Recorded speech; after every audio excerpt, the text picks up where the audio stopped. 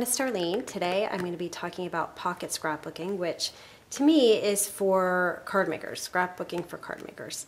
The reason I got started with pocket scrapbooking is because, first of all, this 12 by 12 sheet is very overwhelming. It's kind of a daunting task to know that you have to fill this whole thing up with something beautiful. Whereas on the other hand, this is what card makers are used to. And this is sort of the size you're really focusing on in the pocket scrapbooking.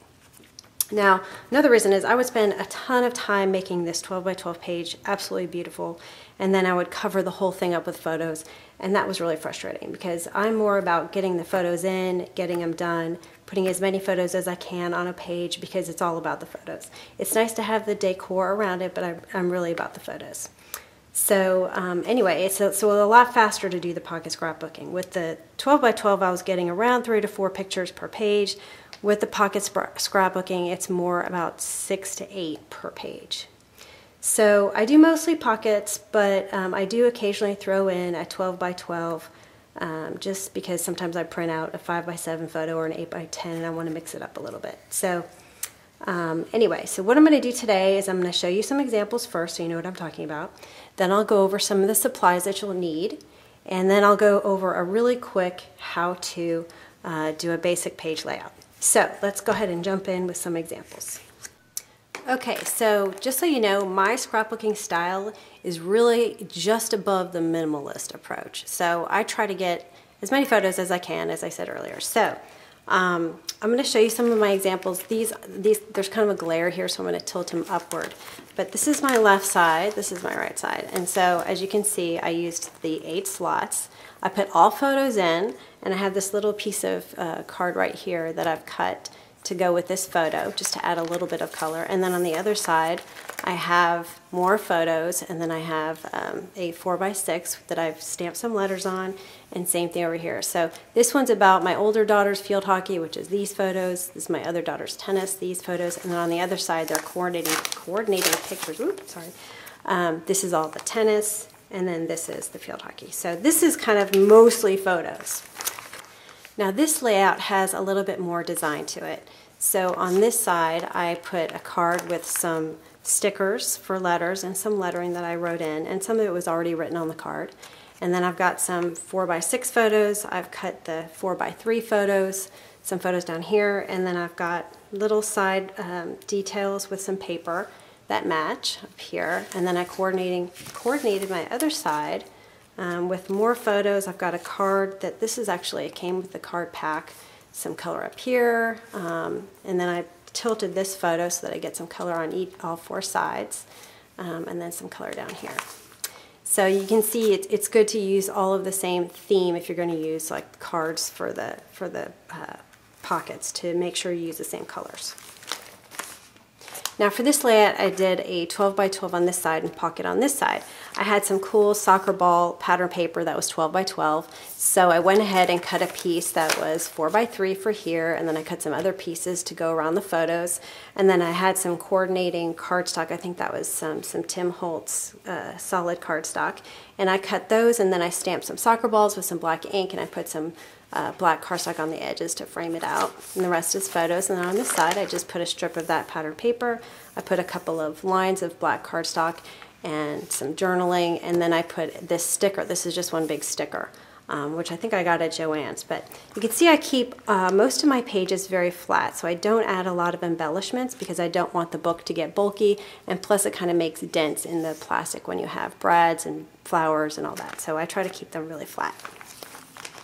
All right, this is a layout of a trip that we took to San Antonio, and the first thing I do is sort of look at the photos and see what colors I see in the photos. And so for these photos, I saw a lot of blues and greens, so I went and picked a card pack that had blues and greens in it, and then I stamped these letters and colored them in, put some journaling in. I have some stickers I put on top of photos, and then I just stamped some sayings here and put the cardstock, just tape runner, right on the photo itself. And then I carried those colors out to the edges of the photos in the pockets.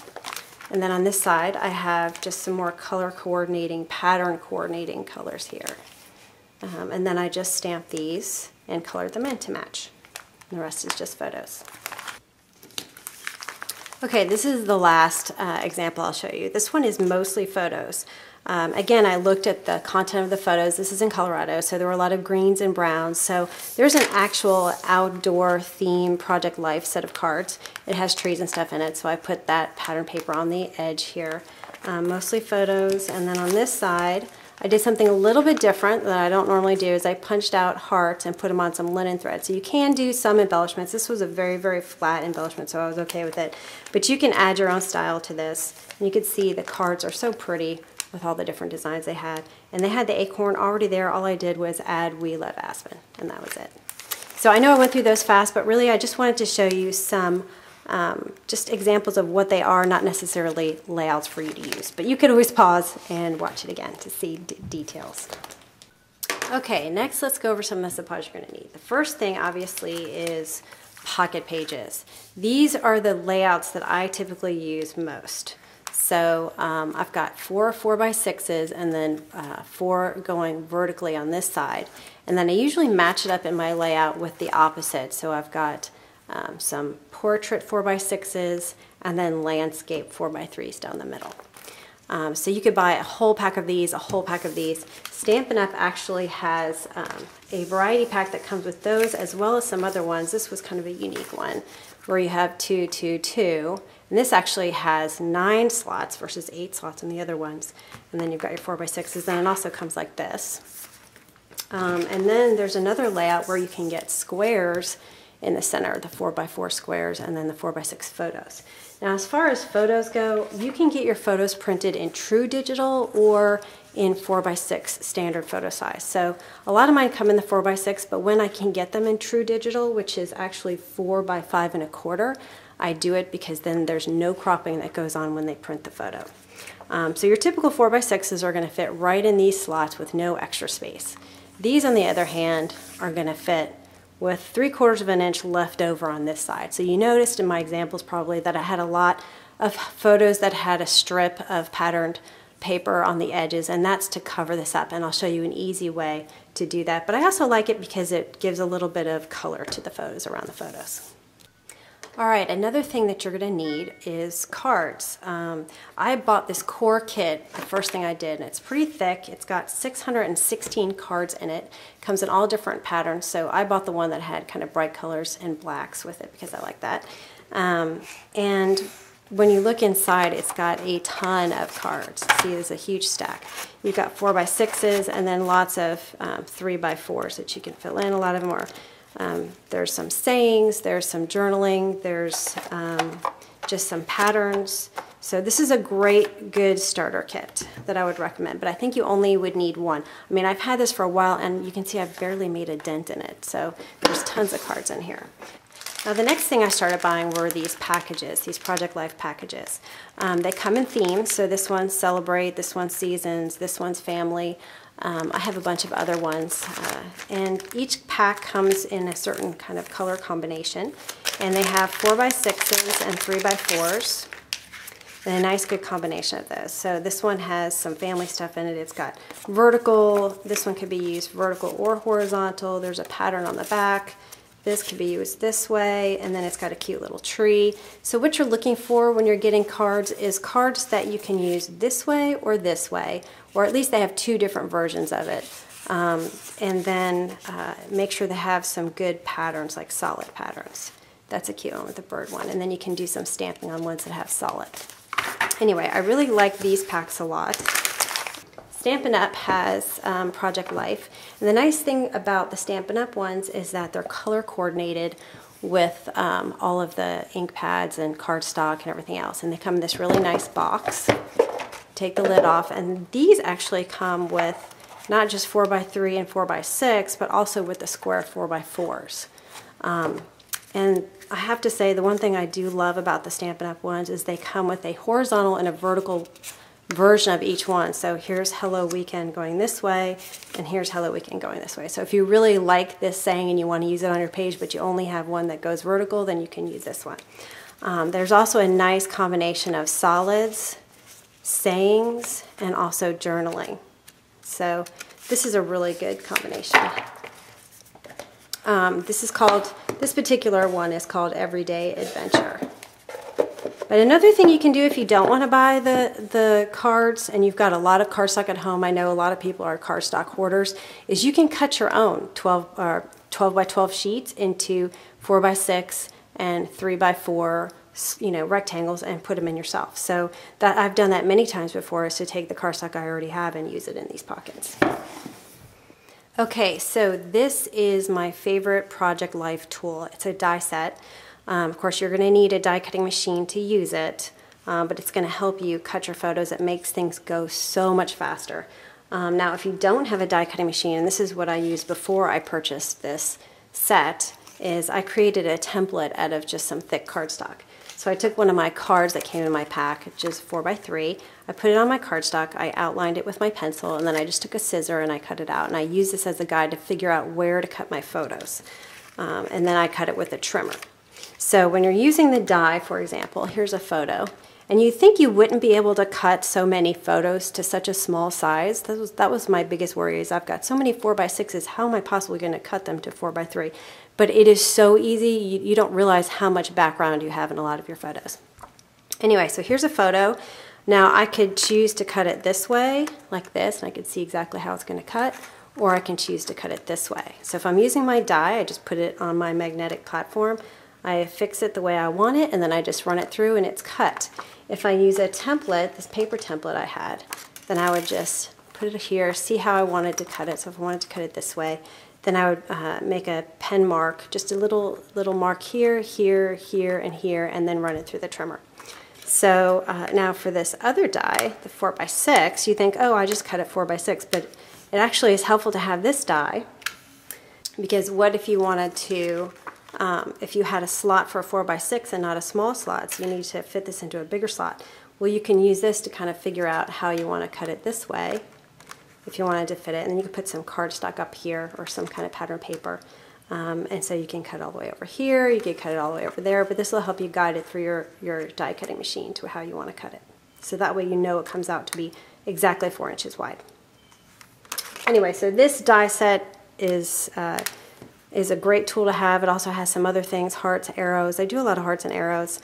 And this is a really nice little border that you could put on the side right here. So anyway, this is a great die set. All right, some of the other tools I use stamps. I do a lot of letter stamping. These are my two favorites right now. This is Mama Elephant, this is Lawn Fawn. This one's called Quinn's ABCs, and then this one is called Sketchy Letters. What I like about these is that I can color them in, so I'll stamp them in black or brown, and then I'll color them in to match the rest of the page. And then Stampin' Up! Also has this Project Life point and click set. It's a photopolymer set, and it's got a lot of arrows and stars and little things that you can kind of put on top of your photos or in the 4 by 3 pockets that are next to the photos. So this is useful. I like this a lot. I also use a lot of stickers. I use my other dies that I use for card making. I'll make shapes and put them in, but I tend to keep everything very flat, as I said before. Now other tools that might be helpful, trimmer, if you don't have a die cutting machine. I like this small trimmer because it's really easy to put photos into. I also use my bigger trimmer. This is a corner chomper. It cuts a 1/2 inch corner as well as a 1/4 inch corner. And if you like rounded corners for your photos, this is a nice tool to have. And then finally, I use my ATG gun all the time just because it's really economical with the tape. I have a 1/4 inch. And at first it seems bulky, but it's really easy to use. And then the other thing I use all the time is the surgical tape. I know I keep bringing this up all the time, but this tape is so useful for everything. And I'll show you in a little bit what I use this tape for. So let me go ahead and start with the layout. Okay, so how I always begin is with pockets on the left, pockets on the right. And I alternate, so I've got my verticals here and then my horizontals on this side, or you can reverse it and do this way. But what you have to keep in mind, and this is kind of the tricky part about it, the only tricky part about the pocket scrapbooking is that you need to think about your next page, because your next page is going to have to be this layout. So if you're planning on putting like an 8 by 10 photo on your next page, then you really should have a 12 by 12 on this side for the page prior. So anyway, that's the only thinking that really has to go into this. Now, you've seen I put these white inserts into these, and these I keep I don't fill these with photos. This is my template. Because as you do the pockets, and let's say I did this page before, now I'm seeing the backs of all the photos from my previous page, and it's very, very distracting. So I just put this on top, I do all my designs, then I get my empty ones and I fill them in. So that's why I always start with the ones that have the white backgrounds. All right, so this is just a stack of photos that literally I just picked up. This is from a trip that we took last year to Disney World. And so the first thing I do is I lay out the photos that I'm going to use. So I'm going to look at these and I'm going to say, okay, how can I lay this out? I think going through here is going to work. Now I'm going to keep this handy because I want to measure. Is this really going to look good in this slot? And yes, it looks good. So I'm going to put that there. Now I print a lot of photos that are the same. So I'm just going to kind of go through the ones here. This is cute, and I think I'll make it diagonal right there. This one's another cute vertical one. This one, I think, horizontal. This is cute. So I lay them out. Notice this one is the true digital, so I've got some space up here. Got some Disney here. Actually, that's a cute vertical one.